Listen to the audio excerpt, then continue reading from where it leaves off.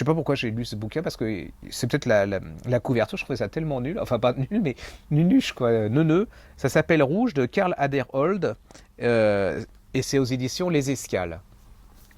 Alors à qui ça m'a fait penser? En fait, ça m'a fait penser tout de suite dans mon foutoir monstrueux au livre de Marc Lavoine qui vient de paraître en poche. Ça y est, je l'ai. Merci Fred de se lancer derrière la caméra pour le trouver. Voilà, c'était lui, c'était l'histoire qu'il raconte de son père qui était de gauche et tout.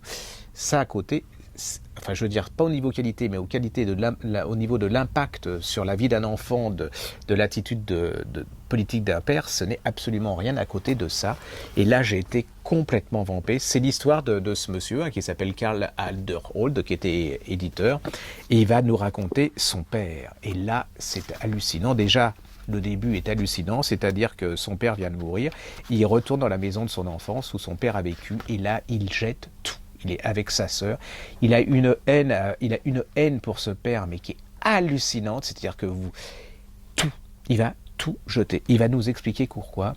Parce qu'en fait, ce père était, vous savez, c'était l'époque très idéologique où tout était pensé idéologique. Il va nous raconter que par exemple, il a appris, il était de gauche, il était communiste.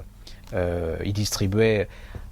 Il nous raconte sa naissance. Alors sa naissance, bien sûr, il naît au Lila, parce qu'on peut habiter qu'au Lila quand on est communiste, à la clinique, je ne sais plus, genre, vous voyez, Gagarine, enfin un truc comme ça, selon la méthode stalinienne, donc ça ne peut pas être Gagarine, hein, puisqu'il n'était pas né...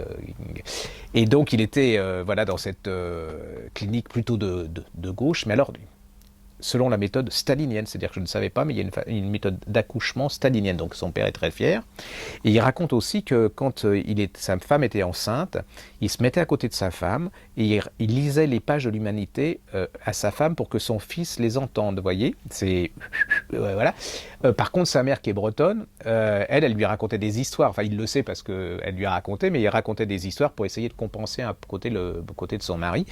Par exemple, il explique que il a appris la géographie à travers toutes les guerres des insurrections, les guerres de liberté, c'est-à-dire que voilà, il va apprendre le Vietnam avec la guerre du Vietnam, l'Argentine avec le Che, Cuba avec Fidel Castro. Il va nous dire, mais c'est hallucinant, c'est-à-dire ce père, c'est quand même extraordinaire. Il va nous raconter quoi par exemple, que entre la naissance de son... Oui, pour lui, par exemple, la naissance de ce petit-enfant, pour le père, ça n'a pas d'importance. Ce qui est de date importante, c'est quand son fils est devenu militant et a eu sa carte du Parti communiste. Vous voyez, il n'en a rien à faire du mariage de son fils, c'est plutôt la date de l'insurrection à Varsovie. Vous voyez, c'est ce genre de choses, et toute sa vie, il va être confronté à ça. Il a eu un besoin d'amour incroyable et ce père ne lui donne pas ce besoin d'amour. C'est hallucinant.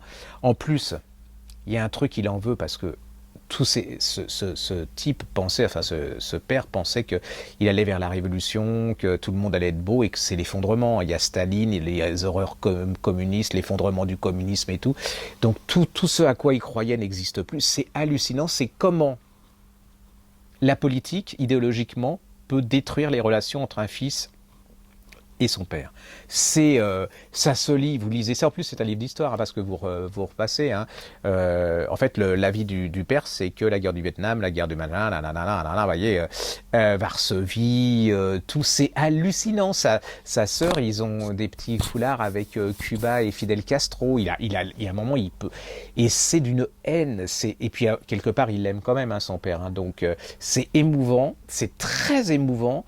C'est très surprenant parce que, bon, j'avoue que je ne connaissais pas ce milieu, mais à point de vue de militant. Hein, et puis, à mon avis, le père, il avait quand même... ça me fascine. Hein. Donc, il ne se rendait pas compte du tout et il a sacrifié son fils à ses idées.